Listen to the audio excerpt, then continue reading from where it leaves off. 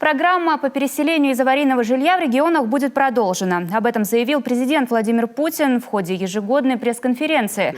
Деньги для переселения людей из домов, признанных аварийными после 1 января 2017 года, будут выделяться из федерального бюджета. Программа готовится. Если она будет принята, под нее попадут сразу 1689 многоквартирных домов в Коми. Они будут расселяться после 2025 года.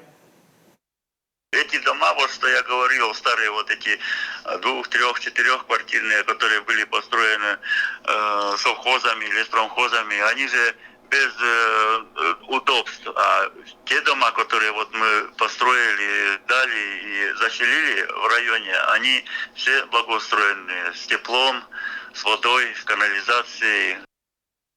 Программа по переселению уже существенно улучшила условия проживания, в том числе и в нашей республике.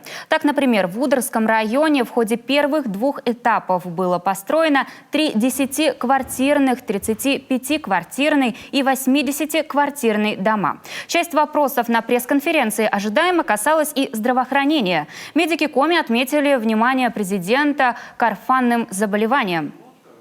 Это редкие заболевания, но обеспечение медикаментами, здесь настолько дорогостоящие препараты, что понятно, что сами больные, хоть их и не так много по всей России, но они не смогут быть обеспечены. И вот то, что государство берет на себя эту обязанность и расширяет перечень таких медикаментов, включая даже тех, которые не допущены до нашего рынка и не производятся здесь.